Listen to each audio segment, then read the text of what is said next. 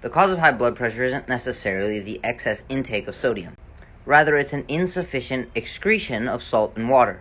You see, the kidneys actually reabsorb approximately 99% of the sodium chloride filtered through them. And when we reabsorb sodium chloride, we'll also reabsorb water.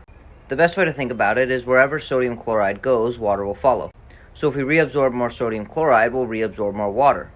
And a lot of the sodium chloride will be found inside of the bloodstream. And the more sodium chloride in the bloodstream, the more water in the bloodstream.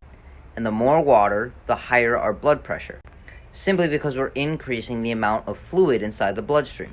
With that being said, I think there are two great strategies to decrease the amount of salt inside the bloodstream.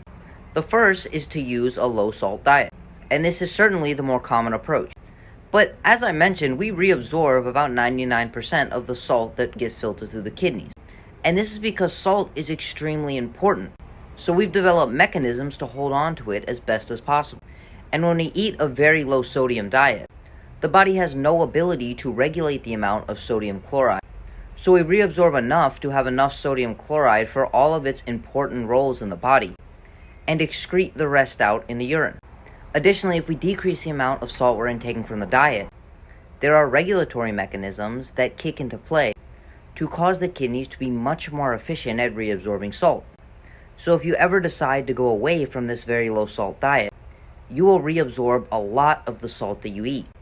And a low salt diet in this case made you extremely sensitive to any sort of dietary salt intake, and you're much more likely to get very high blood pressure even at a normal level of salt intake after a long period of time on a low salt diet. With that being said, there have been studies demonstrating that increasing potassium intake can actually help decrease blood pressure by causing the kidneys to actually reabsorb less salt. And now this is a fairly complex mechanism involving an electromagnetic pull of salt back into the bloodstream when we are potassium deficient. And increasing dietary potassium will decrease the electrochemical pull of salt back into the bloodstream, causing the kidneys to excrete more salt in the urine. And it appears that if we increase salt intake and potassium intake simultaneously, the body simply reabsorbs what is actually needed for crucial cellular functioning and releases the excess electrolytes inside of the urine. And now this doesn't necessarily mean to eat as much sodium and potassium as humanly possible, because there are indications that this will put a little bit of excess stress on the kidneys. And for most people, this doesn't cause too much harm.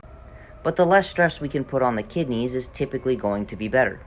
But this does indicate that the best solution to high blood pressure isn't always going to be a low-salt diet, because you may lower your blood pressure, but you may run into other health concerns that stem from having low salt intake. Rather, a better solution, in my opinion, is simply to increase potassium intake to allow the body to properly regulate the amount of electrolytes in the bloodstream and inside of the cells, and excrete the rest inside of the urine.